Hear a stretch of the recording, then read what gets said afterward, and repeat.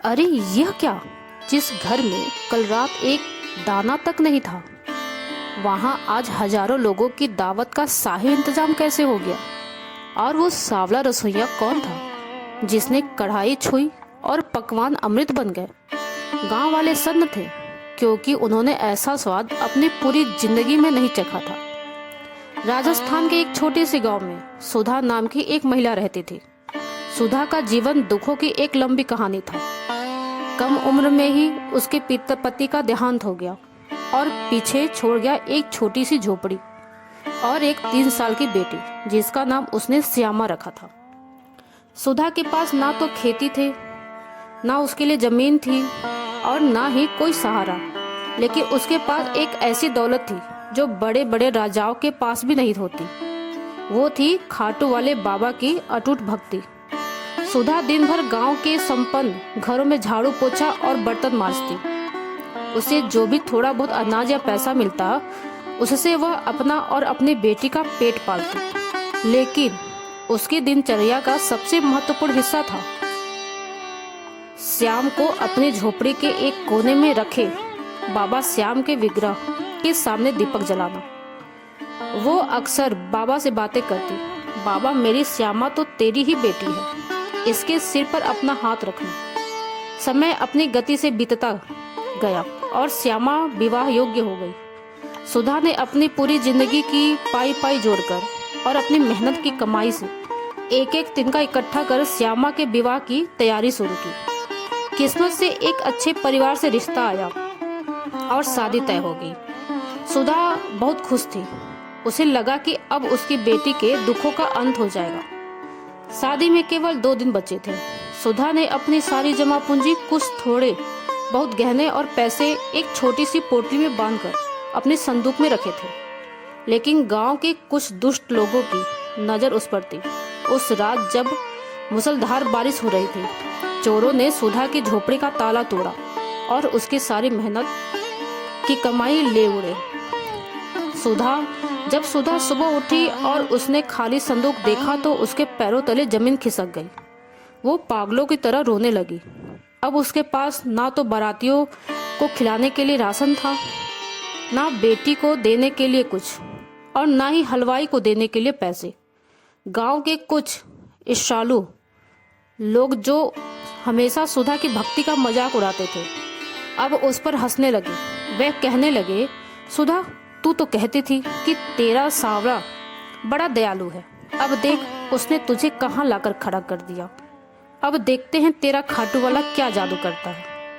अगर बारात भूखी लौट गई तो तेरी बेटी की जिंदगी तो बर्बाद हो जाएगी। शादी की सुबह हो गई। बारात के आने में कुछ ही घंटे बचे थे। सुधा के घर में सन्नाटा था। ना वहाँ कोई सजावट थी, ना कोई खुशबू। सुधा अपने घर के छोटे से मंदिर में बाबा की तस्वीर के सामने बैठ गई। उसकी आंखों से आंसू थम नहीं रहे थे। उसने सिसकते हुए कहा, बाबा, लोग कहते हैं तू शीश का दानी है। तूने तो धर्म की रक्षा के लिए अपना सिर काटकर दान दे दिया। आज मेरी बेटी की विदाई है। अगर आज बारात भूखी लौट गई और मेरी बेटी की डोली नहीं उठी तो मेरी नहीं, तेरी साख जाएगी। लोग कहेंगे कि श्यामा की दासी की बेटी भूखी विदा हुई। क्या तू वाकई हारे का सहारा है, या यह सब सिर्फ कहने की बात है? वो रोते रोते वही मूर्छित होकर गिर पड़ी। उसे लगा कि अब सब खत्म हो गया है, लेकिन उसे नहीं पता था कि उसकी यह करुणा पुकार कोसों दूर खाटू धाम के सिंहासन तक पहुंच चुकी थी। तभी अचानक सुधा के घर के बाहर घोड़ों के हिनहिनाने और भारी बर्तनों के टकराने की आवाज आई। सुधा ने कांपते हाथों से दरवाजा खोला। बाहर का दृश्य देखकर वह सहम गई। बाहर 8-10 लोगों की एक बड़ी टोली खड़ी थी। उनके पास बड़ी बड़ी कढ़ाइयाँ, घी के कनकतर, शक्कर की बोरियां और ताजा सब्जियों के ढेर लगे थे। टोली के सबसे आगे एक सांवला सा युवक खड़ा था। उसकी उम्र लगभग 25 साल होगी। उसने एक साधारण सा कुर्ता पहना था और सिर पर केसरिया रंग का छोटा सा साफा बांधा था।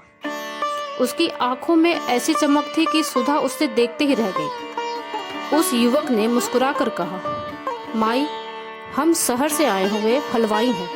तुम्हारे किसी रिश्तेदार ने हमें पहले ही पूरी फीस दे रखी थी और सख्त हिदायत की थी कि इस शादी में खाने की कोई कमी नहीं होनी चाहिए। हमें थोड़ा देर हो गई, पर चिंता मत करो, अब हम सब संभाल लेंगे। बताओ भट्टी कहाँ लगानी है?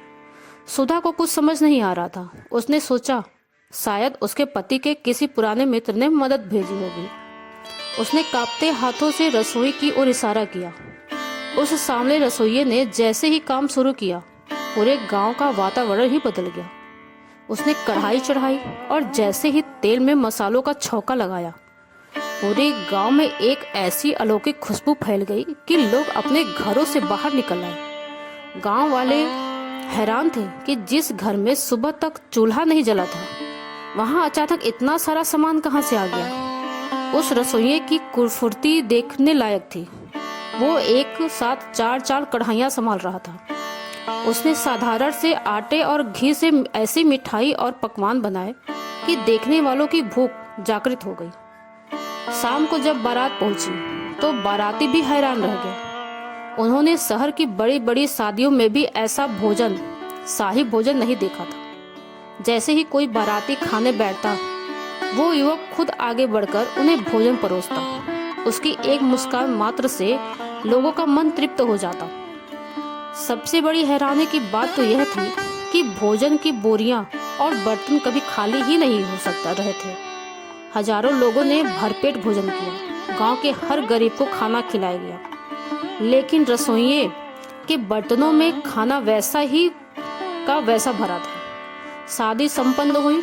श्याम बाबा की डोली उठने का समय आया। श्यामा की डोली उठने का समय आया। सुधा की बेटी सुख शांति से विदा हुई। जब बारात चली गई और सुधा को चैन की सांस मिली, तो वह सामने रसोइयों को धन्यवाद देने और उसे कुछ दक्षिणा देने के लिए रसोई की तरफ दौड़ी। लेकिन वहां का दृश्य देखकर सुधा के होश उड़ गए। रसोई घर बिल्कुल साफ सुथरा था। बर्तन अपनी जगह पर चमक रहे थे। सारी रसद सलीके से रखी गई थी, लेकिन वहां एक भी इंसान नहीं था। ना वह सांवला युवक था, ना उसके साथी। सुधा ने बाहर जाकर पड़ोसियों से पूछा तो हलवाई कहाँ गए? अभी तो यही थे, पड़ोसियों ने कहा।